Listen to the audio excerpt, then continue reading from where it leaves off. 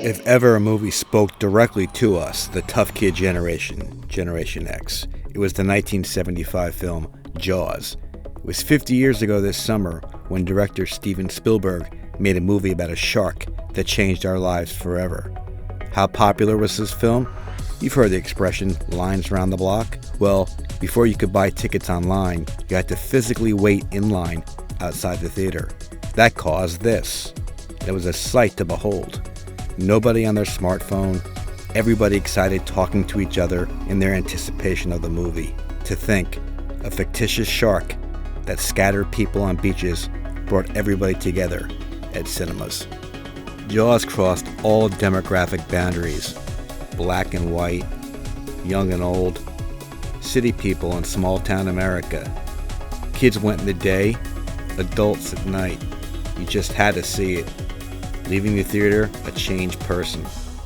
Some claim they couldn't go into the water for years. But for most Gen X tough kids, we went to the beach as soon as we could. And the wise asses that we were, many of us yelled, "Shark!" just to watch people run out of the water.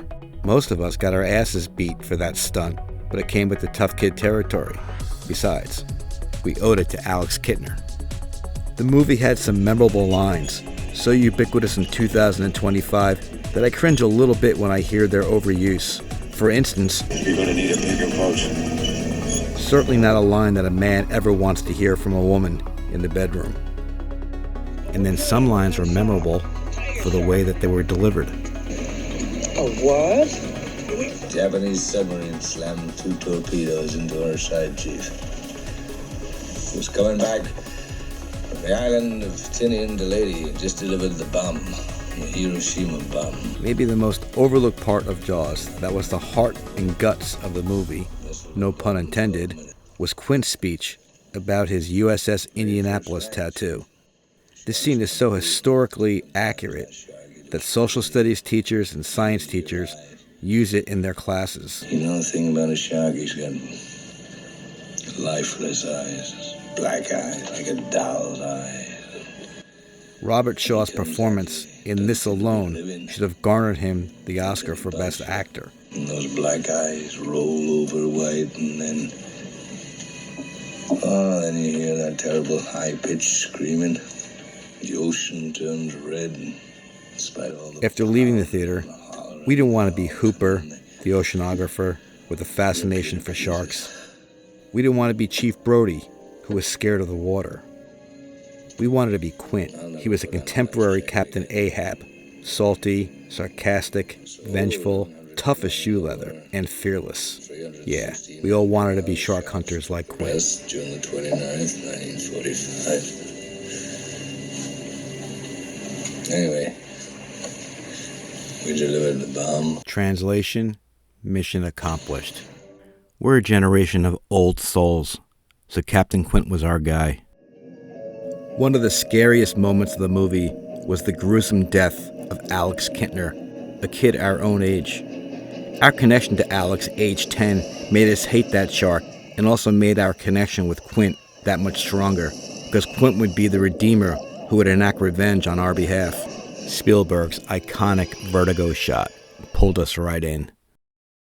As a complete aside, we all thought Alex's mother looked more like his grandmother.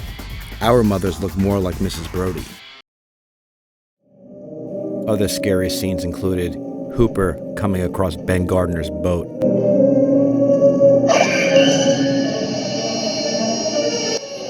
Great jump scare right there. The small boater overturned, then having his legs severed in the pond. But the most famous scene in cinema history is the end of the movie. As the anti-hero, Quint, finally comes face to face with the giant man-eating shark. Director Steven Spielberg is just a master craftsman. Look at the symbolism here. We see the canister that's eventually going to kill the shark, the one who is meant to kill the shark, and the object that does. And here we see Brody losing his grip on Quint, and Quint sliding into the jaws of death. His life now coming to an end.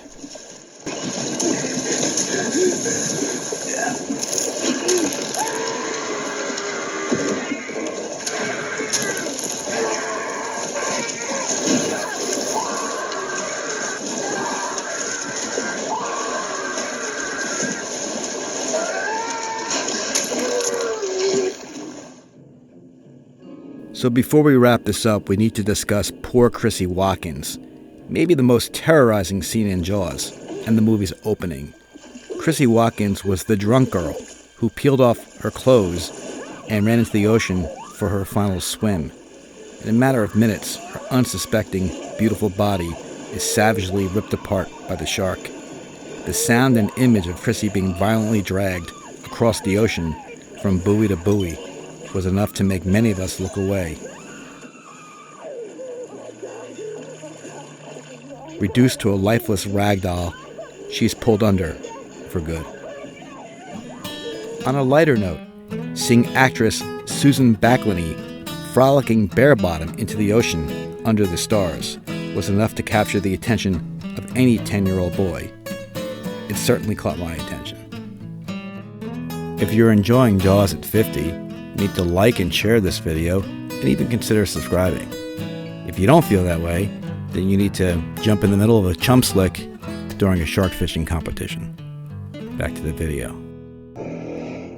The greatest contributor to Jaws was the incomparable composer John Williams, who created the most famous soundtrack ever, and the iconic dun dun dun dun dun dun dun dun dun dun. The primitive rhythmic simplicity of those three repeated bass notes is the heartbeat of the movie, the primordial rhythm of life. That foreboding sound is unstoppable, a repetition effectively representing the shark throughout the film and alerting the viewers shit's about to get real. Would parents allow their children today to watch Jaws at theaters? I have no idea. But terrorizing movies seem to be a rite of passage for Generation X, from The Exorcist to Deliverance to Halloween. So, did your parents let you watch Jaws alone with an adult, or not at all? If they did, then consider yourself lucky. And... Smile, you son of a bitch!